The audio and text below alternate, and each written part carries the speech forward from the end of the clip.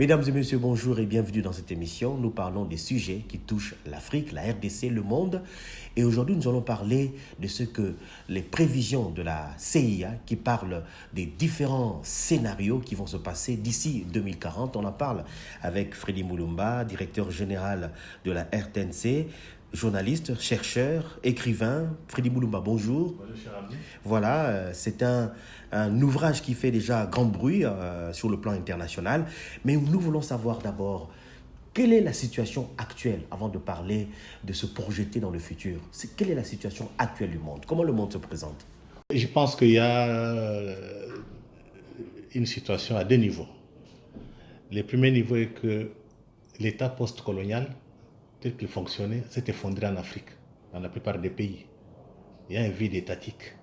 Parce que cet État post-colonial, qui avait l'héritage de l'État colonial, n'avait pas pour objectif de rendre les peuples africains heureux.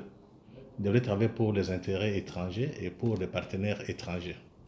Ça, c'est au niveau national. Au niveau international, il y a l'effondrement de l'ordre mondial libéral qui était mis en place depuis 1945 par les États-Unis d'Amérique. Cet ordre était basé sur la démocratie, les droits de l'homme, les élections, l'état des droits.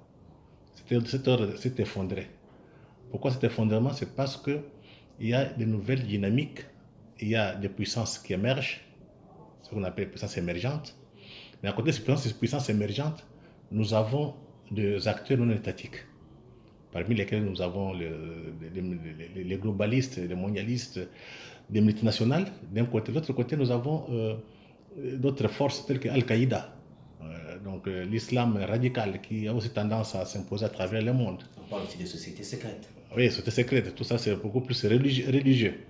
Donc ce qui fait que le monde est éclaté. Donc, pendant plus de 70 ans, les débats étaient concentrés sur l'ordre mondial imposé par l'Occident avec ses valeurs. Mais comme maintenant l'ordre mondial libéral imposé par l'Occident est en déclin, les autres puissances qui émergent, telles que la Chine, la Russie, l'Inde, ont d'autres valeurs. Ils ne voient pas le monde de la même manière que l'Occident. Donc nous sommes je dirais, un peu dans une incertitude. Et dans cette incertitude, l'Afrique n'est nulle part. Du fait que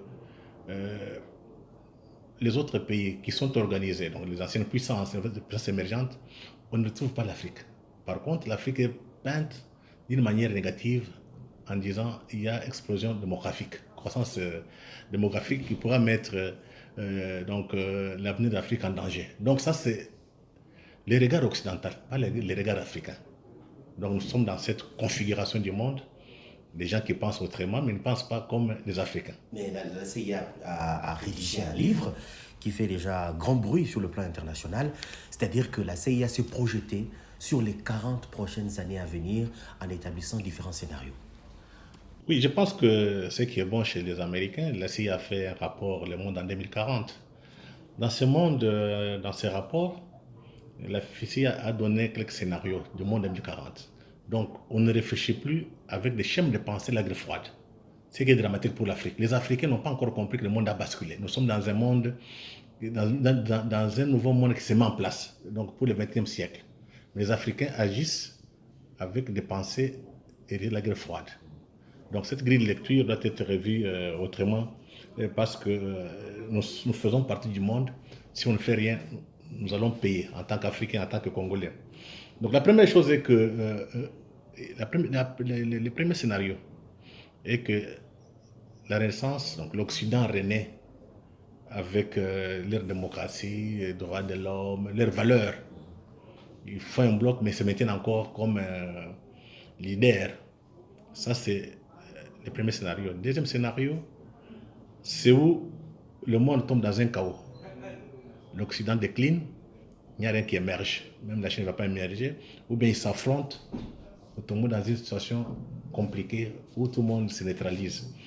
Troisième scénario, c'est la compétition entre la Chine et l'Amérique, au lieu de l'Amérique, la Chine, mais aussi la Russie, le Japon, l'Union européenne, ils ne vont pas se faire la guerre. Ils vont se battre, mais en faisant la compétition entre les puissances. Mais ça ne peut pas arriver à un affrontement, une guerre ouverte. Ils peuvent se partager. Et puis, le dernier scénario, c'est quand chaque groupe essaye un peu de se maintenir, donc chaque puissance, de garder ses valeurs, ses affaires, ses normes. Et les autres qui émergent veulent aussi garder leurs affaires et leurs normes. Et on est difficile à faire, avoir un ordre international commun, où on a les valeurs communes. Et là où vous avez des pôles de puissance maintenant qui vont se partager par rapport à la culture, à la civilisation. Vous aurez peut-être les civilisations occidentales avec leurs normes. Vous avez les civilisations asiatiques avec leurs normes, les civilisations arabes avec leurs normes, les civilisations européennes, non, musulmanes et indiennes avec leurs normes. Mais le problème, c'est l'Afrique. L'Afrique ne sera pas comme acteur. Mais comme spectateur. Mais comme victime, parce que ces gens vont s'affronter, c'est l'Afrique qui va perdre. Raison pour laquelle moi je demande à tous les intellectuels, moi les penseurs, d'essayer un peu de lever les débats. Au lieu d'entrer dans des querelles personnelles, qu'on voie un peu, qu'on analyse sans partir, avec lucidité, le monde de demain. Ça demande que c'est l'intelligence qui va aider le peuple qui seront conscients de savoir s'imposer dans ce monde où il y aura l'affrontement. Ce ne sera pas facile pour les peuples qui sont pauvres et qui sont faibles. Mais pourtant, l'Afrique a des atouts.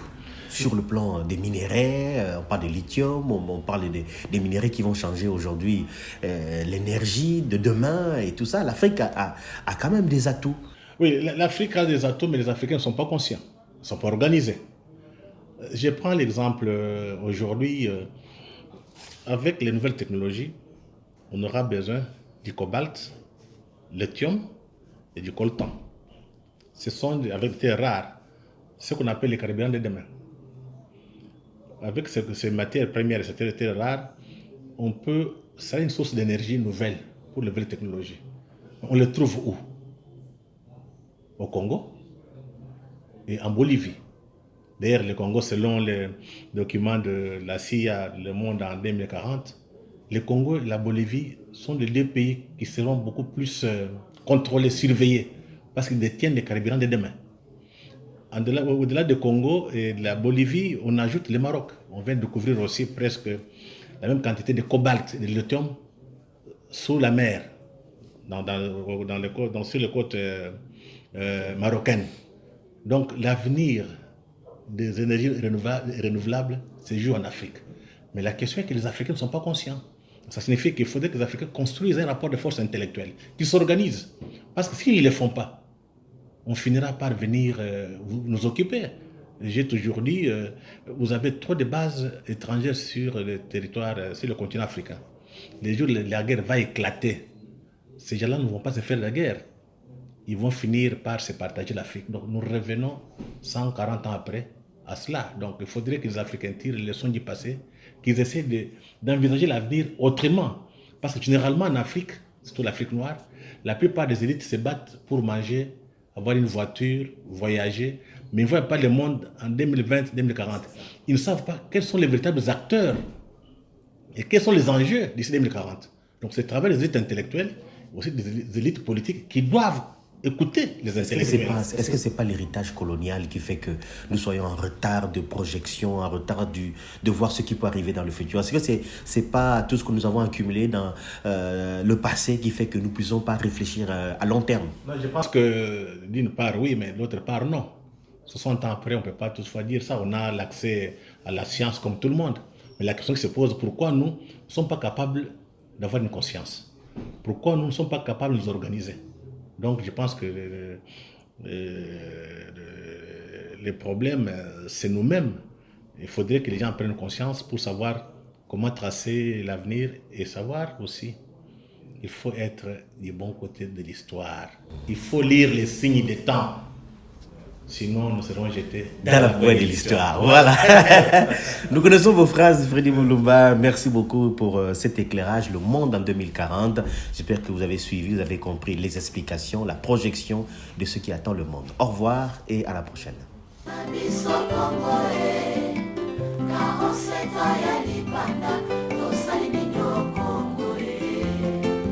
Congo,